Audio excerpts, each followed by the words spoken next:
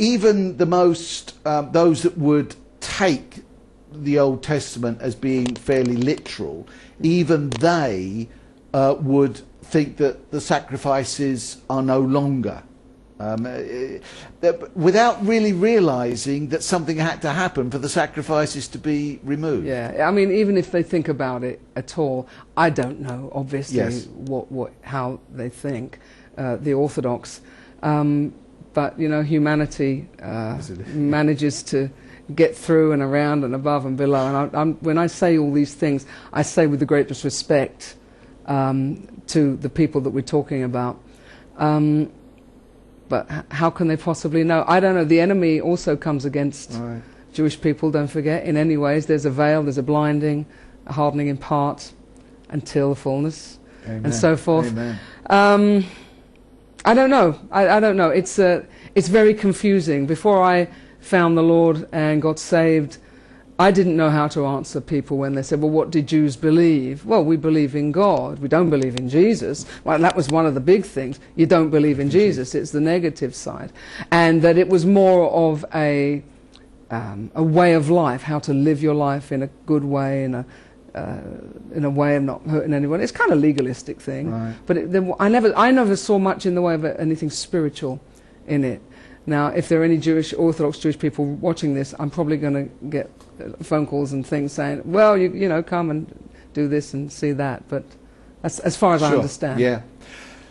Let's backtrack to in our conversation, we'd got to the point where you had received Christ. Yes.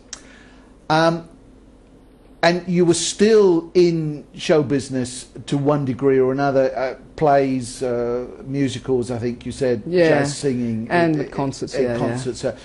Did that change at that point, or how did you view that? For the moment you received Christ, as you said, this burden lifted, and you understood what it meant for the sacrifice for sins now. Did that change what you were doing in any way at that point, or even the way you were doing it? Yeah, well, first of all, let me just say, you say about received Christ, I never called him Christ. No. For a very long time. Right. I couldn't really What did you call him at that point? Well, the Messiah. Just the Messiah, yes. Jesus, yeah. Right. Sometimes Yeshua.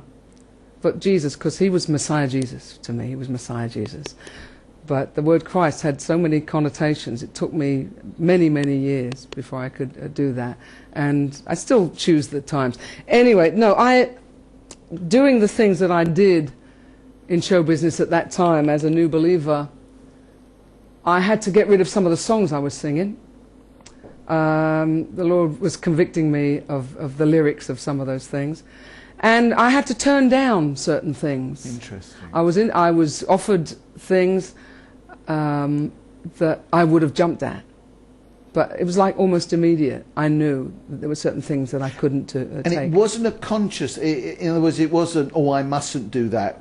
It was the life inside, or was it, or how did that happen? It's hard to say, really, looking back. What I just knew.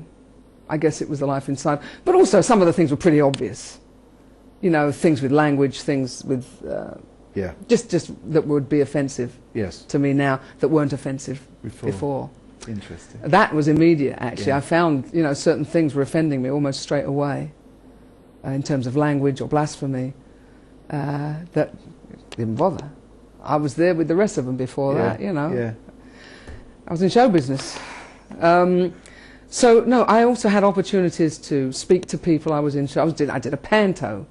You know, I was doing pantos as well. And come on, who did you play? Come on. The one that comes to mind, the immediate one, soon after I got saved, was Cinderella, and I was Prince Charming. Oh, right.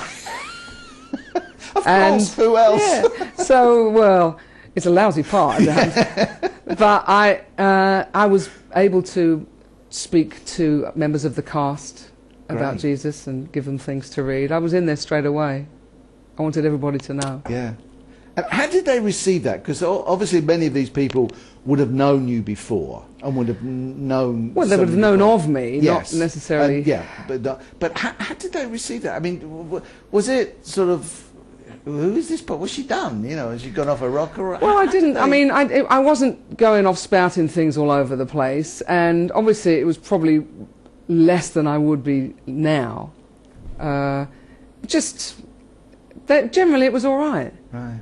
I mean, as it happens, the two particular people that come to mind that I was speaking to in this particular panto were searching and were kind of halfway there anyway, and did want to know.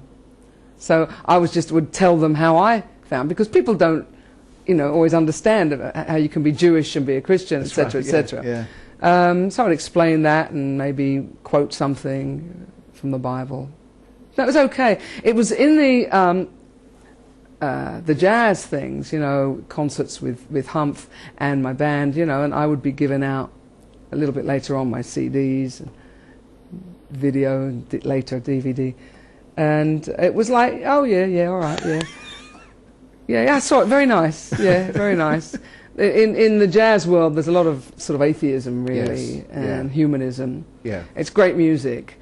They're not necessarily into the big new agey stuff and the weird stuff like the pop world or the rock world. Yeah. But in the jazz world, it's more like it's all up here. Yeah. Very intellectual and all that. Yeah. And of course, you can't have that and believe in Jesus or in Adam and Eve. Heaven forbid. No. It was odd. It was difficult, but I was never put off. No. Did people stop asking you for gigs and things, though? Oh. I mean, the other way around. No, I stopped being asked to do Jewish charities immediately. Yes.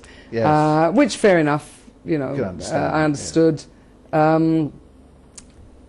It was a shame because I used to enjoy doing them.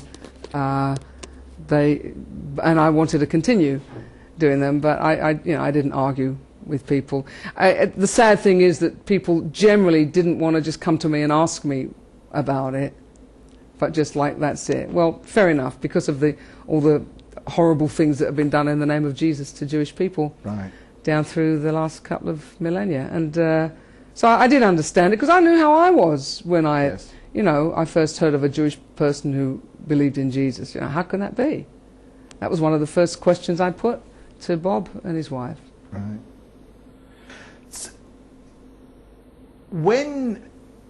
When things began to change, so did you begin immediately to think about doing the concerts that you do now, or was that something that developed after a while? Did you stay fully fledged within show business up until a point? Up until I was in show business fully until the end of 2002, but like screaming to get out. But as I said, the Lord didn't let me. He used me within all of that. But yes, I started to do these gospel, concerts towards the end of '89. I got saved in '87, and Bob, Bob Cranham, my musical director, and his wife Penny, did some stuff with me, and these were fully fledged concerts with a band, with lighting, with sound, the whole thing. And I did those over the years, and out of those came my first CD called The Pearl. Right. First spiritual CD, biblical, which did very well. And then I toured with that, and then I did another one called Kadosh, and we toured with that with the wrong one. But then it just got too big and too weighty and too much for me to cope with. These concerts were getting longer and longer because I wanted to say everything I needed to say and sing every song and then talk to everybody afterwards. So after like 4 hours, forget it. You've had it, yeah. So at the end of around '93, I brought it right down into a very low-key thing, which is more or less how it has remained now, which is not a concert. They're not concerts. I try to keep that very clear. But you do sing, don't you? I certainly sing. Sing and yeah. share. My my colleague Chrissy Rogers, who plays and sings for me and looks after things at Manor Music. We sing a few songs together, and then I talk, as I've said, about how I found Jesus, and I sing the odd track from my albums, and so forth. But what I was also doing all through that time was including some a gospel song in my so-called secular concerts as well. So I was sneaking all of that in at the same time.